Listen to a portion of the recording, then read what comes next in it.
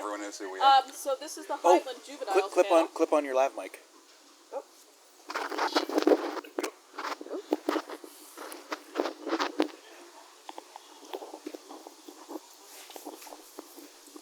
Can you hear me? Oh, no, it's not PA, it's just recording. Okay. All right, so this is the Heinlein Juveniles panel. I'm Stephanie Souders. I'm just a fan, but I was recruited to be the moderator of this panel. I think we're going to start first by having our actual panelists introduce themselves. And also start off with what was the first Heinlein Juvenile you ever read? Oh, that's a good place to start. My name is Hans Schantz. I guess I should explain, in my day job, my professional title is the principal scientist of Geeks and Nerds. But when I'm not doing that, I like to write science fiction. I'm the author of the Hidden Truth series. I've also written an academic textbook on ultra-wideband antennas, and I'm working on a book called Fields and Energy about some novel theories in physics. Now, as for Heinlein Juveniles, when I was in 4th grade or so, my mom got me for Christmas these beautiful hardcover Heinlein editions. I think it was called, by Scribner's, Hudson River edition. There were 3 of them. There was Citizen of the Galaxy, Time for the Stars, which I was raving about, the Twin Paradox Hard Science yesterday, and Have Space Suit, Will Travel. I don't remember which one of those I read first, but all 3 of them had a huge impact on me personally and in my career as a writer. My name is J. Daniel Sawyer. I'm on a one-man mission to revive the Heinlein Juvenile as a distinct literary form. To that end, I've written Hadrian's Flight, which is currently available on Amazon and everywhere else, and The Wolf of Venus, which will be releasing later this year. And I've written The Secrets of the Heinlein Juvenile. Jay, could you hold that up? Which Jay is holding a copy of there. You can get it right now on Kickstarter with some extra chapters in it, or you can wait until December when you can get it on Amazon and everywhere else. If you want to back the Kickstarter, it's at HeinleinSecrets.com. My first Heinlein Juvenile was Tunnel in the Sky, which my father handed to me the day that Heinlein died. And he realized that I had not heard the name Heinlein. So he had me pull the box down from the garage. He handed me Tunnel in the Sky. He said, when you finish this, come back for the rest. And I did. Travis Corcoran, as you know. The first Heinlein novel that I read, I remember I was in elementary school and 1st grade, maybe 2nd grade, and I had very much enjoyed pulling books from the science section and, the small elementary school library. So I'd read through the sort of 1950s cars of the future, the planets, the asteroids, what chemicals are, and the entire shelf, I'd gone through over a couple of months. And so I went wandering around the rest of the library, and I saw one book on the shelf that had a little atom on the spine, a library label atom. I said, oh, another science book. And the title was The Red Planet, so I knew it was going to be about Mars. So I pulled it home, and very oddly, it was a narrative. And I don't think I'd read any sort of fiction before, certainly the first novel I'd read in, 1st or 2nd grade. And so was just blown away. And went back, and I don't think I even understood, sort of authors or that things were shelved alphabetically by authors, but back on the shelf where I found it, and there was another book right next to it, also with an atom symbol, and it turned out the same author, and so I very quickly worked my way through, I think that I've got a memory of looking at the back cover of the Dust Flap and seeing this 1950s black and white picture of Heinlein there and thinking, wow, a person wrote this. Because in other books that I'd pulled off the shelf, there wasn't a dust jacket, there wasn't an author photo, and there's a 1-paragraph bio. And I thought, wow, someday maybe I could write a story like this. So that's where it started back in 1976 or 1977. And I'll just say that my first Heinlein was also in elementary school, and it was because of my late father. He was a huge Heinlein fan, and when he thought I was ready for it in terms of reading ability, the first one he gave me was Podkayne and Mars. Cool. Okay, so the next question I think I'll ask our panelists is what is your favorite Heinlein Juvenile, and what is your least favorite? That's actually an easy question for me. My favorite is Citizen of the Galaxy. It is one of the first three that I read.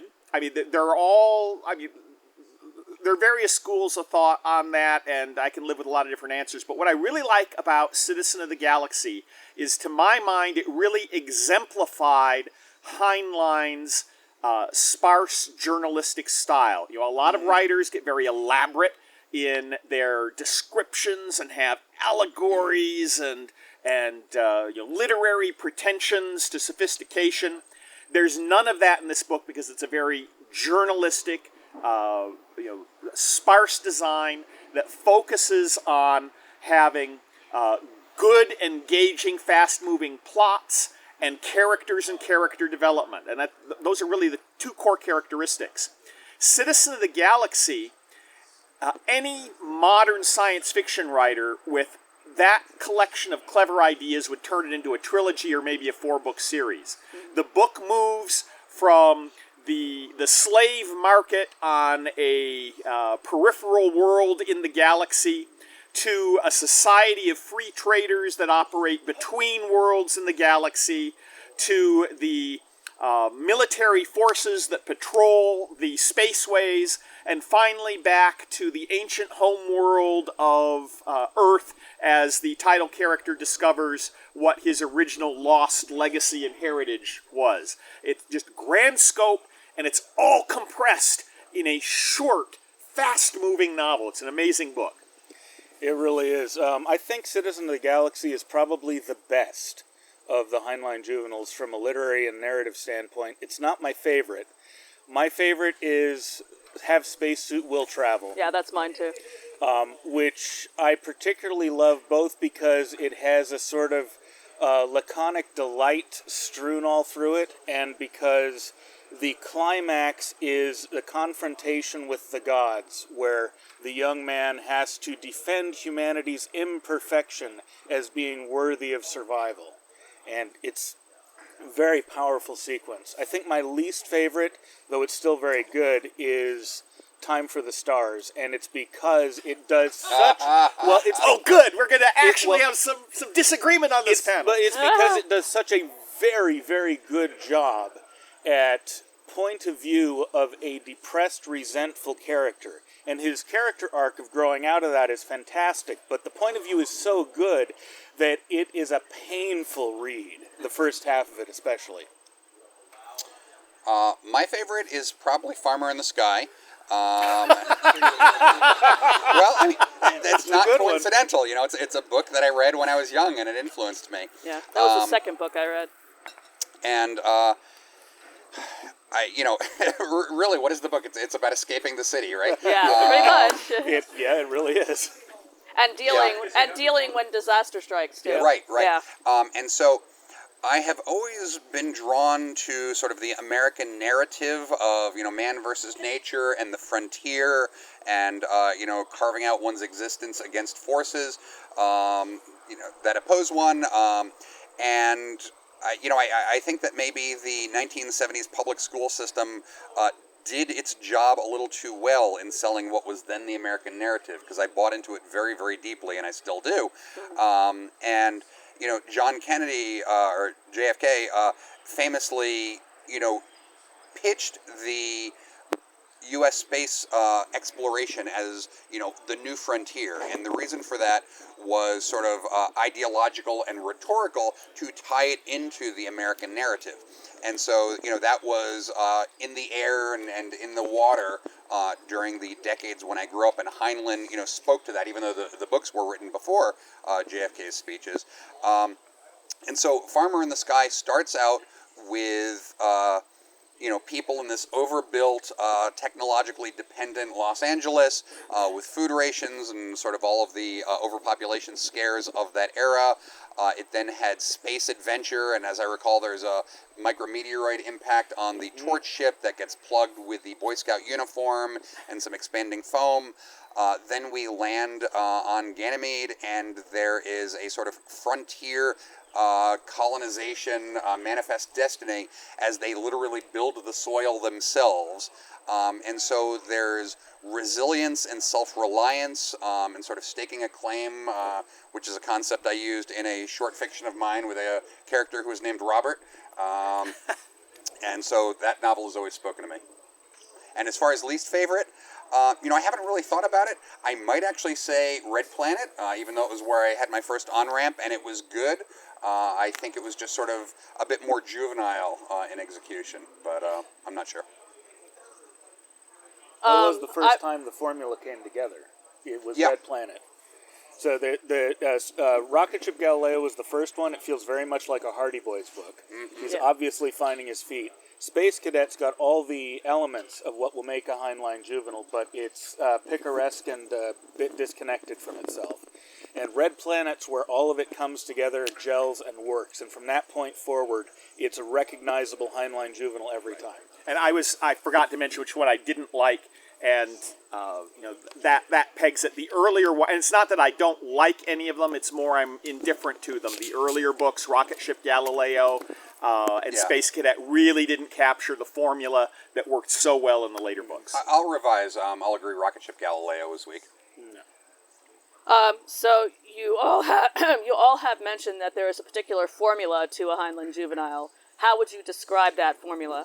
I'll take this one. He's the man to answer this. So I discovered it's not a formula. It's actually a literary form. The difference being a formula has a particular series of plot beats, and a literary form has a set of conventions and literary traditions it draws from. The Heinlein Juvenile form is made up of 5 major Western literary traditions and two minor ones, and then one add-on that he invented. It's the hero's journey and the heroine's journey in a mixed sense, which you're not supposed to be able to do because they're opposites of each other, but he pulls it off.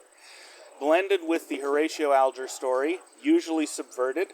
The Stratemeyer Syndicate formula, the high adventure, Hardy Boys, Nancy Drew type of thing, steeped in sensationalism.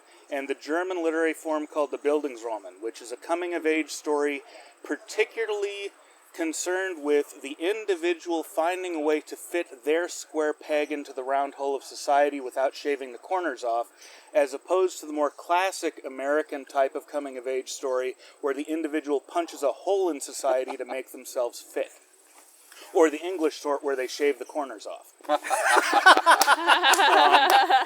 It's those plus a some kind of ripped from the headlines element, of whatever a contemporary fad is, alien abduction or whatever, plus a one other classic American mythic tradition like the Western or the industrial railroad labor dispute or something like that, all poured together and ended with something Heinlein pioneered, which I call the endless road.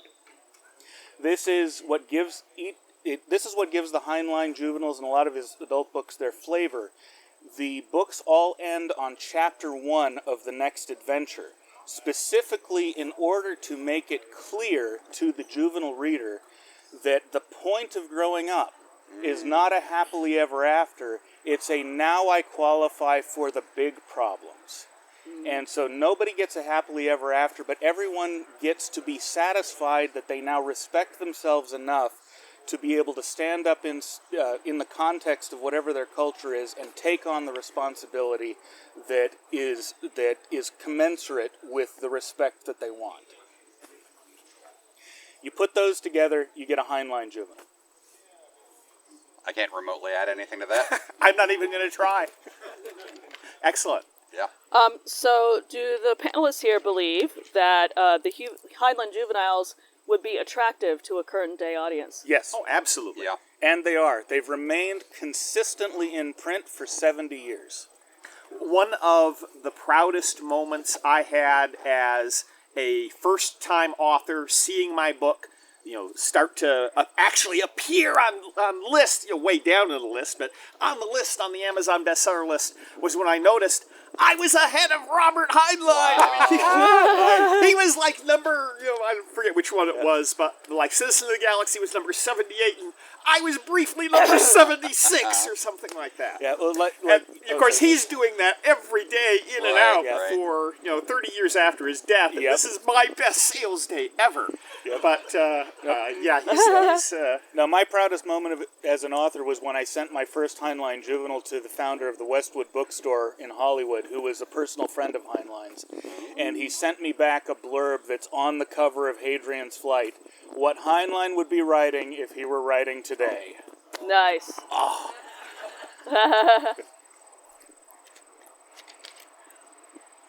Okay. All right. So basically, everyone on the panel is in agreement that it's still that these juveniles are still relevant and could be marketed to kids And today. I'll- and Yes. are. Yes. Yeah, I'll go one step further. The form is still relevant, and I've proved it because I had a friend, Gail Carragher, who wrote a Heinlein Juvenile and stuck it in the trunk because it didn't fit with her brand. I bought the rights, I kickstarted a full cast audiobook of it, and it's done so consistently well that she's now talking about publishing the paperback on her own. And it's been one of the major moneymakers for my company for the last 10 years running. The literary form has legs. Nice. So what do you think it is about that form that people find so appealing even 30 years after Heinlein's death? I should probably let them talk first. So you can one-up us with your Well, your no, I well-thought-out don't answers. want this just to be the me show. You know? Yeah, no, Well, I'd it's going to say- be the you show. It's okay. Okay, fine. Okay, I'll take a stab at it. Because of the simple style that is aimed at a juvenile audience, the books are easy to digest and they move very quickly. They're full of good, interesting, engaging action, which is all oriented around a theme. He worked with editors who were ruthless in editing down the books.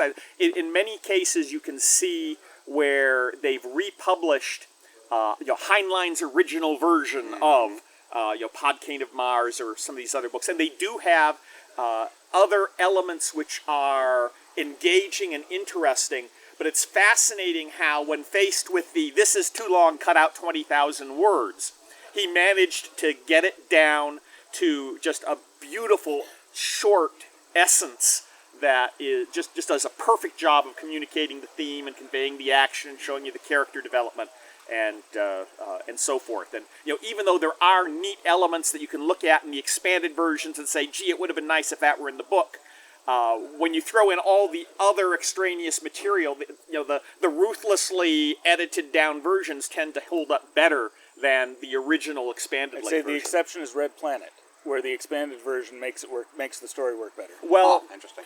I don't know if you want to tell that story about the Oh, guns the- and yeah, the... yeah. I read Yeah. that in your book. That was good. So my answer about what makes Heinlein's Juveniles relevant for a current generation is that they present realistic challenges that I think are plausible and good character-forming lessons and character-forming challenges. And YA fiction is, in general, about challenges for youth. One of the problems I think that we have right now in society is that helicopter parenting, helicopter schools, etc. You've probably seen the thing about free-range kids, and my grandfather could stroll over miles, and I could stroll over blocks, and my daughter can stroll over 2 backyards. Even growing up in the 1970s, I lived in a very large rural town that was like 80 square miles, and friends and I would get on our bikes and just, literally ride 12 or 15 miles and come home 8 hours later, and there were no cell phones, and my parents had no idea where we were, but, it's all going to work out. And the modern juveniles, Harry Potter is an example of what is the fantasy world. The fantasy world is you go to a regimented English boarding school. And, I only read one Harry Potter, so I don't know if they have uniforms or not. But this, to my mind, is very much an example of the constrained difference between 2010 and, my life in 1970s or Heinlein's Juveniles in, the 50s and 60s. He had in Farmer in the Sky the protagonist got on a helicopter with his Boy Scout troop, on page 1 or 2, and flew to Alaska to go camping for the weekend. And then later, I think he's, 16 or 17 or so, and he's out dealing with rock-crushing machinery, and he has adventures on Ganymede. I think these things are absolutely plausible, and I know that Hans is a scout leader, so, he's doing his part to maintain this old tradition where, boys go out with some adult leadership and oversight, but, out into the woods. And, if they can make a fire, then they can have hot food, and if they can't make a fire, then they're eating it cold. I think that, sort of culturally, and there was the talk the other night about superversive fiction, of not undercutting our society, but sort of inspiring it and speaking to the best of it. And so I think that Heinlein's Juveniles were speaking to a more normal message at the time, a message that was within the Overton window, and I think the same message is relevant today, and it's absolutely perfect for character formation and for realistic calibration of what the world is, but because the Overton window has shifted, he is right at the very edge, but human nature hasn't shifted, so I think his novels are still absolutely relevant. I think they're both right, and I think there's something else, too. Two other things. Currently, YA is not written for children. It's not. It's written for adults who are on a nostalgia kick. And that started particularly with The Hunger Games and Twilight. Harry Potter was written for kids and sort of grew up with them. So the Heinlein Juveniles are targeted to a teenage audience. They just happen to be enjoyable to adults as opposed to the other way around. And the other part, I think, that makes them still appealing is that they are not a power fantasy. Current YA are power fantasies, and they sell because we're currently in a cultural moment where agency at all levels feels like it's been removed from us. But in my opinion, hence the popularity of Marvel movies and whatnot. Everyone wants to imagine that they can be a superhero and save the world. In my opinion, if you feed someone without agency power fantasies, it's like giving a heroin junkie more heroin to ease withdrawal, or worse, giving a German in the Weimar Republic a hyperdose of nationalism to remedy their blues. The Heinlein Juveniles are competence fantasies, and their aim is, despite the greater scope of than a lot of YA, their aim and the world that the readers are escaping to is decidedly more modest. It's not about, can I save the world? It's, can I save myself and earn my own respect? And that's the kind of the kind of struggle that every teenager goes through, and no teenager knows how to deal with it, because it's not the kind of thing that can be taught propositionally. It has to be learned experientially. And the Heinlein Juveniles do a very, very good job of capturing that struggle. My pet theory is that one of the reasons is that because Heinlein never had kids, he didn't have that invisible veil descend between parenthood and childhood that so many parents do when they have kids. Because they become responsible for the kids, they begin to forget what it was like to be a kid learning and doing all the risky things, and they just worry about the risk, because from an adult perspective, you can see the risk. And I think because Heinlein never had kids, he had an easier time than a lot of modern authors projecting himself back into that frame of mind and capturing it really, really well. I agree with all of that. I strongly agree with all of that. The part that I can speak to is it's not a power fantasy, it's sort of a competence, not fantasy, but a competence tutorial almost. In an aspirational. Yeah. And this ties in a little bit to the Horatio Alger stuff, where it talks about plausible on-ramps to adulthood for actual children. Which is not actually what the Horatio Alger books did. Agreed. They were capitalistic power fantasies to some degree. Yes, they were. And, I think a lot of us know the backstory of who Horatio Alger was and why he wrote what he did. Exactly. But a lot of his fiction was a young, industrious boy comes to the attention of a more powerful man who promotes him, which is actually a little closer to the modern institutional, regimentized worldview. Whereas Heinlein, would have characters, and there would be adult leadership and mentors around, and they would. He did an interesting trick, which is the mentors would often not fully explain themselves to the kids. So you see this in. Spacesuit. I'm sorry? Yeah. In Spacesuit. Yeah, Half spacesuit for sure. Yes, you see it there, and I was going to say Starship Troopers. Yep. There's a scene where the protagonist, Johnny Rico, is that it? Is outside a room and hears two officers talking about, I didn't want to be in this position where I, have to do this, do that, but it's for his own good, and so forth and so on. So these are very real-world situations. And you were talking earlier about a square peg in a round hole, and so the characters are becoming aware of the expectations of a realistic world, and they are given the puzzle of how to fit themselves in, and their answer is often with competence as one of the biggest ingredients, and competence is achievable, and I think that's what's hugely missing. I mean, you see it to some degree in Harry Potter where there is competence in magic, but also he's born to the purple. Yeah, he's the chosen one, which is one of the great power fantasies. Neo, in the Matrix. And Heinlein has lots of scenes and lots of short fiction. I was doing very poorly in calculus, so I stayed up after my shift studying. That's a realistic answer and a realistic goal. the way that the Horatio Alger form is subverted in the Heinlein Juveniles is that you have these patrons that show up. And sometimes you have someone who's got prodigious abilities, like in Starman Jones. The kid's a prodigy. He's got photographic memory that saves the ship at the last minute. But the giftings, the chosen one elements, the sponsorship of the mentors never helps when it's really needed. It's always icing on the cake at the end of it, but it doesn't it proves useless in the pinch in almost every occasion.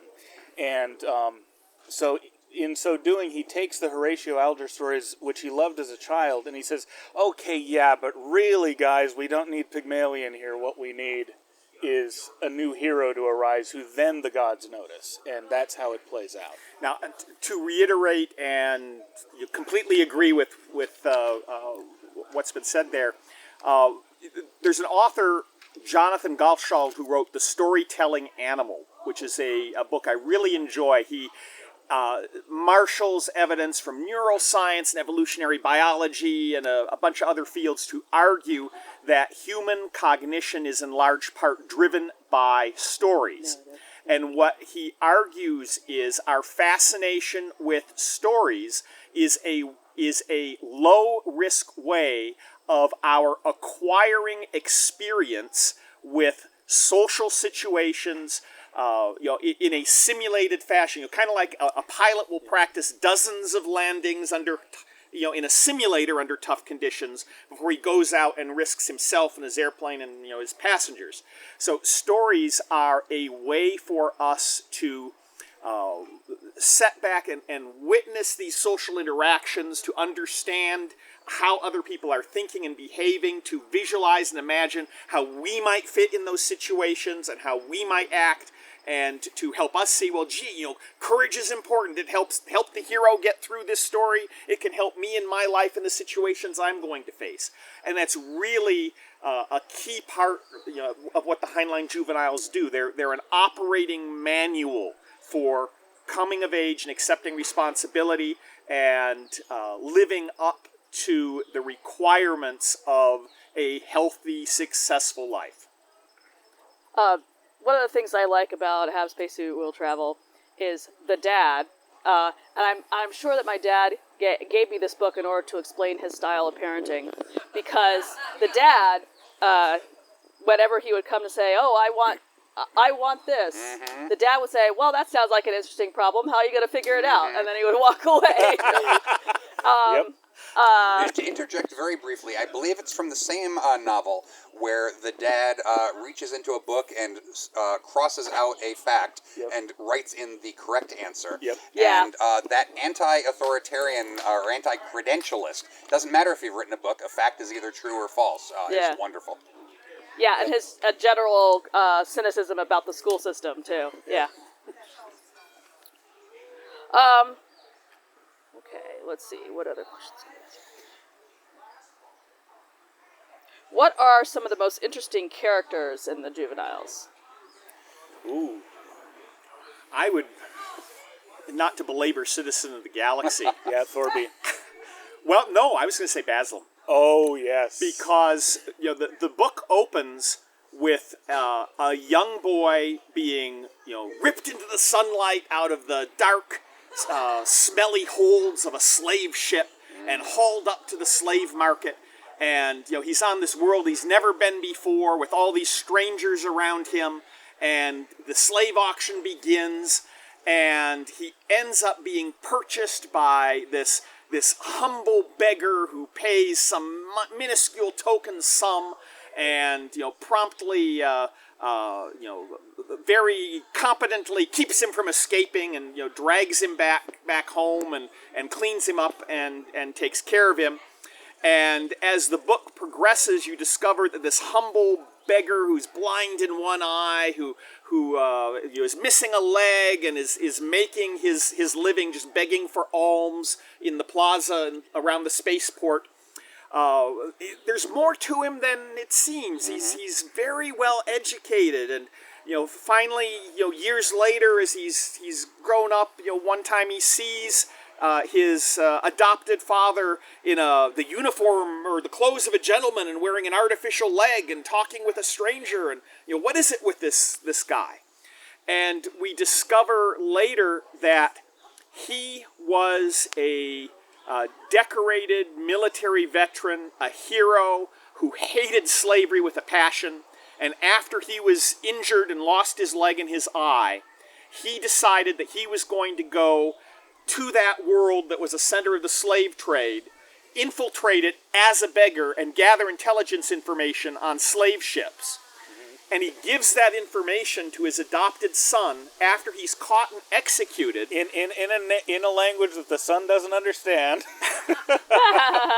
And it's that transition is what drives the story from the first quarter of the narrative into the second quarter, where he enters the world of free traders by communicating this message, and for some strange reason the free traders seem to feel this debt of obligation to him, and he can't figure out why. And of course it's because he's the adopted son of the military hero who had rescued a whole shipload of their compatriots, and they feel a deep debt to him that they must repay. But so he would be my number one choice for most interesting character. I ragged on Time for the Stars earlier, but the protagonist for Time for the Stars is another one of the most interesting characters in the Heinlein Juveniles.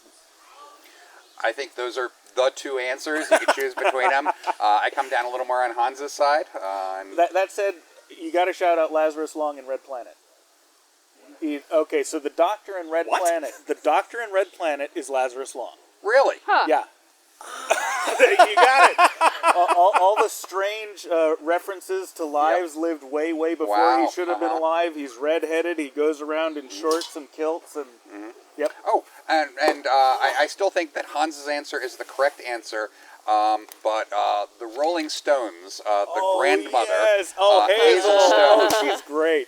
And Hazel Stone is a child in The Moon is a Harsh Mistress. Yep. Right. And so, obviously my novels were a love letter to The Moon is a Harsh Mistress. So I have a Hazel Stone-like young adult, Iwoma, who is a Nigerian daughter of a shopkeeper. And much as in Heinlein revisited her later in life, I will come back. The cat who walks through walls, she shows I will up revisit again. her. Yep.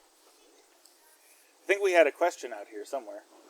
What exactly when was Citizen of the Galaxy published? 1957, I believe. So this will probably be mostly for Dan. You mentioned in explaining the tour that Heinlein takes both the hero's journey and the heroine's journey, which aren't supposed to go together, but he does it constantly. Okay, so it's not just that they're not supposed to go together, it's their exact inverse of one another. So, ancient mythic thinking, right? You've got the dichotomous world, the male and the female, and there was a masculine story tradition and a feminine story tradition. Masculine story tradition was based on the maturation cycle of men and solar mythology, and the feminine story traditions based on the maturation cycle of women and lunar mythology. So we all know the hero's journey. In the heroine's journey, instead of heeding the call to adventure, the heroine is ripped from her home. Instead of encountering a series of challenges and mentors that he leaves behind, she acquires a coterie of alliances. Instead of dying and then rising again to face the ultimate challenge by himself, she goes into the ultimate challenge with the alliance, and the alliance itself is what defeats the great challenge.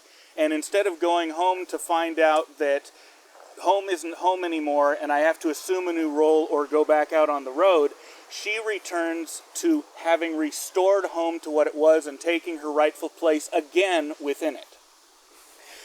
So the way Heinlein combined these two things is he ran both of them simultaneously for each of the main characters.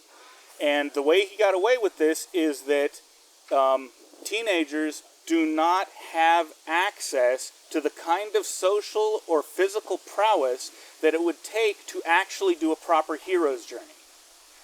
So there's a hero's journey running through that's achievable, and then what should be a hero's journey running through that is not achievable, and that is achieved through the alliances made along the way. So a good example, since we've talked so much about Citizen of the Galaxy, Thorby's hero's journey involves going from being a slave to running the megacorporation that originally enslaved him in the first place. And his heroine's journey involves actually becoming the kind of person who could take over this megacorporation and completely failing to do it, but because of his friendship with his distant cousin, who subverts the board vote at the last minute after he's lost, he's able to execute his palace coup, and that aid comes unasked, and only after she has watched to see if he has dignity in defeat. So that's one example. And he does it slightly differently in each book, which makes it a fascinating study. But to my knowledge, he is the only author, hopefully besides me, starting just recently, because I've been trying to do it, who's ever pulled this off. Moderator. I'm sorry, I accidentally took over moderating. Well, there's a hand up over there. Yeah. So, looking at Wikipedia, it says Wikipedia knows all the things. It says that neither Podcaney, if I'm saying this right, Podcaney of Mars, nor Starship Troopers is a Heinlein Juvenile. Do y'all agree? If so, or if not, how come? Well, the Heinlein Juveniles started with this one-a-year series that Heinlein did, starting with rocket ship Galileo in 48 or 49? 49. 49. And every year, thereafter, he would have a new novel that would come out. And after he'd done a dozen of them, the last one was Have Spacesuit Will Travel. Then for the 13th, he finished Starship Troopers, and he sent it off, and he said, here's the next one. And despite that dozen-year-long, commercially and artistically successful series, his editor sends him back a rejection letter. A form rejection letter. Yeah, Wow. which pissed him off, and you can understand why. So he took that and he revised it a little bit to get it published, but it's still more or less that exact same juvenile style that he had written to. So I guess technically there are 12 Heinlein Juveniles in the purest sense. Starship Troopers is in the same style, and Podcaney of Mars arguably has a... Okay, so here where I'm going to disagree, but there's more to the Starship Troopers story. Heinlein had this feud starting from book 3 with his editor, Alice Daglish, who was a Freudian who kept accusing him of being dirty-minded and reading some really amazingly pornographic readings into his books. And so about book 5, he started trying to get her to fire him because they had an option pickup. So anytime they bought a book, he was obligated to do another one. And book 8, things come to a head, and he decides to write what is also one of the best juveniles, the Star Beast, but loads it down with dirty jokes that the audience won't get, but are tailored to a Freudian. Down to having the main character's name being John Thomas. And he's not a bit of a prick either, which is wonderful. But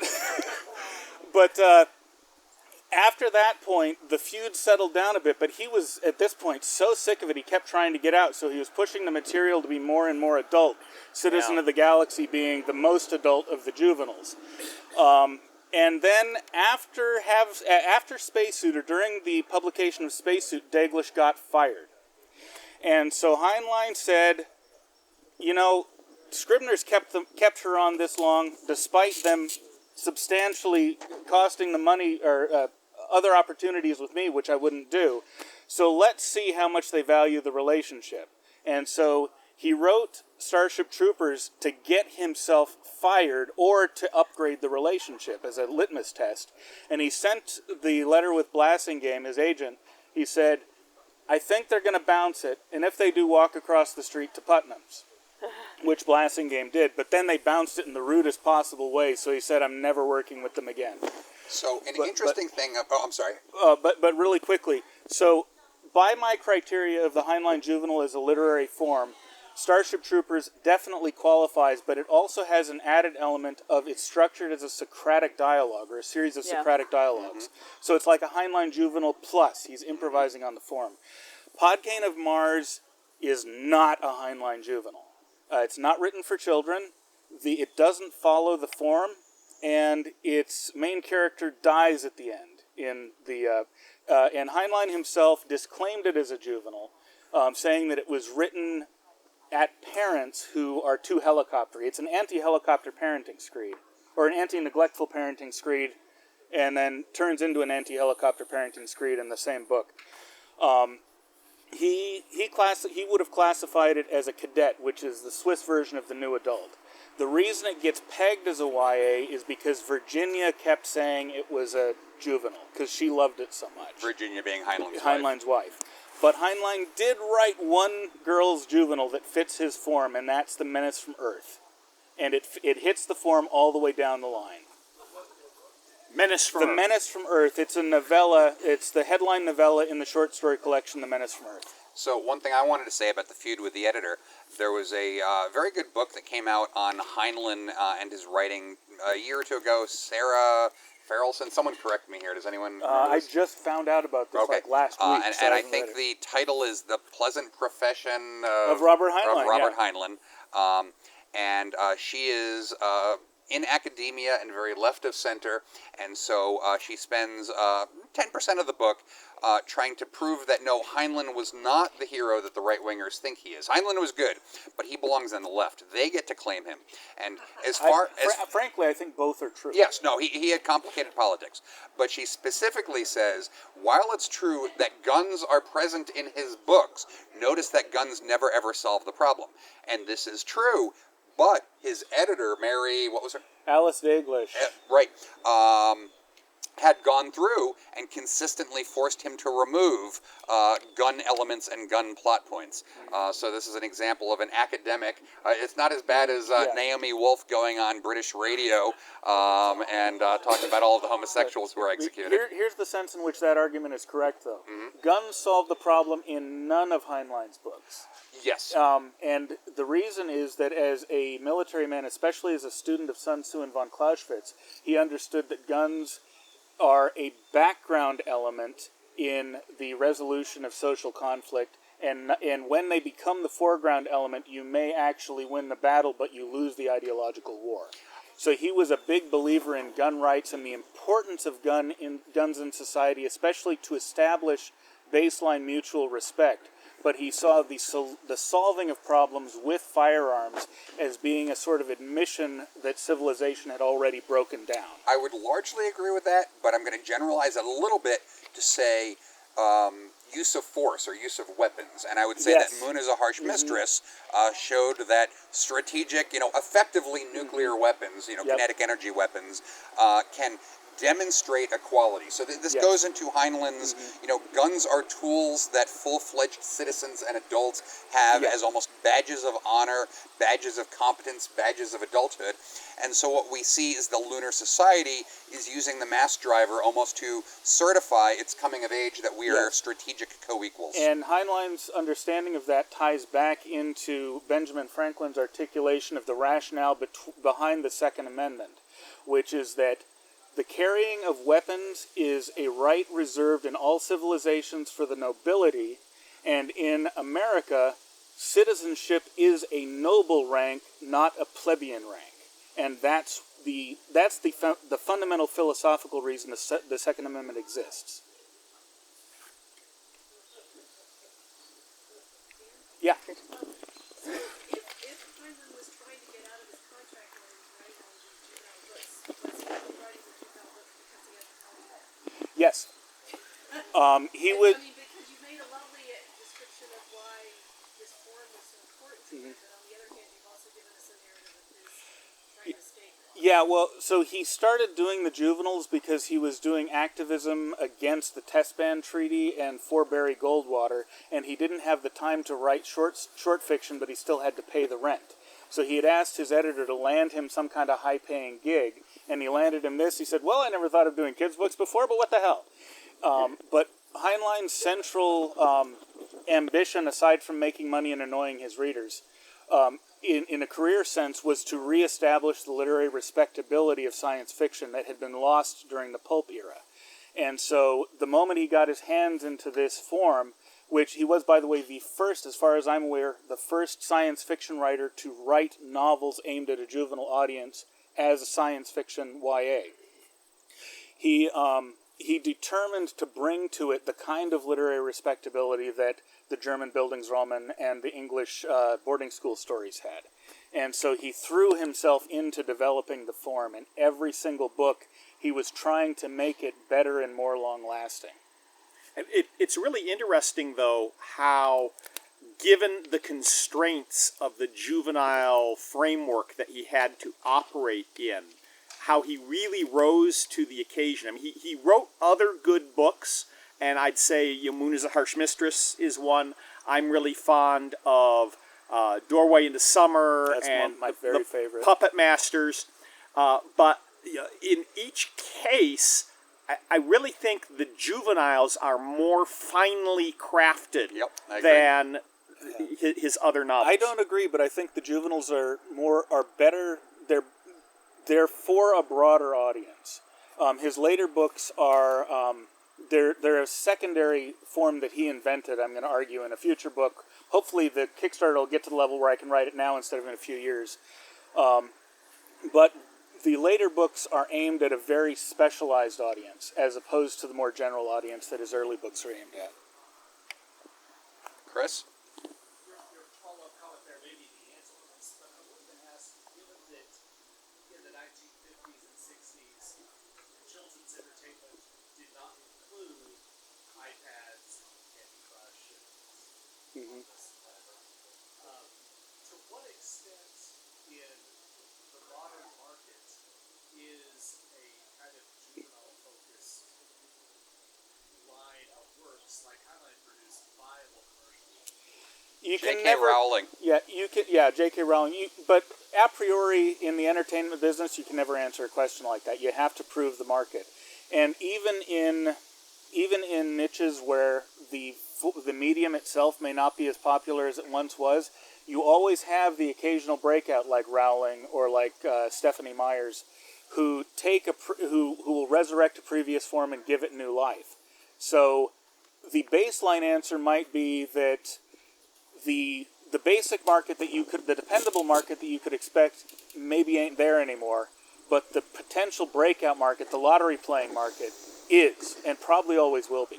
So I've got a follow-on question for you, which is, last night there was the Superversive folks, and they were talking about how they were sort of forming a movement, which ties into the thing that you see from time to time with sort of an artistic manifesto or a self-consciously self-created school. The cyberpunk subgenre was created, by 3 or 4 guys who, just were friends with each other, wanted to write similar stuff, were inspired by noir and beatnik and other stuff, James Blish, and sort of looking at science fiction a little sideways. And because of that core kernel, they ended up creating a movement that, not only was literarily quite successful for 10 or 15 years, but is still echoing. We've got a video game called Cyberpunk, 2077. So here's my question. As someone who loves Heinlein, who loves Heinlein Juveniles, who loves Heinlein's ideology, you've, written perhaps the first new Heinlein Juvenile in 40 years. Second, technically. Oh. Crudrat predates. Okay. What are your thoughts about the potential, not in a money-making sense, but in an artistic sense, for a movement of sort of the new Heinlein Juveniles? I think it's huge. Okay. And I think it's huge for a particular reason. A, the YA boom is over, and there's a new generation coming up now, not the millennials, but Gen Z, now hitting that window perfectly. Secondly, we've had, and I am definitely a child of the 90s. I love deconstructed fiction. I love subversive irony. Absolutely, I just get off on that stuff. But that kind of genre, that kind of literature and entertainment only works if you have a healthy, vibrant tradition to bounce back against. And the lack of connection to their own culture that millennials and Zs and the follow-up have means that the cycle has come round again, and it's time to build culture again instead of trying to winnow. And that it's true at all levels on the entertainment level, but on the personal level, the generation is hungry for a sense that they're connected to something. My nieces and nephews are Gen Z, and they're desperately trying to bootstrap their own identities from scratch because they don't have the sense that they're part of a civilization that goes back 6,000 years. And I think that books and films and other forms of entertainment that begin to reconnect them to their roots and give them ground to grow in, and give them something to say yes or no to, or I like that and I don't like this, and I'm going to be a conscious agent in my own life instead of trying to invent myself from scratch. I think that the time is right for anything that does that to find a willing and desperately thirsty audience. I think that's a good place to, unless, I don't want to cut you off, but... Well, no, I'm done. I didn't know if there were... I think that's probably a good place to stop. Well, if anyone I else think wants to talk more about it later, I'll be around after I'm off panels. And support Dan's Kickstarter, for sure. HeinleinSecrets.com. Easy to find. So I don't mean to step in. I'm just. No problem. I'm going to be a little harsher about Yep. because Schedule Nazi. We have to schedule Nazi because we have to get out of here on time. Please do.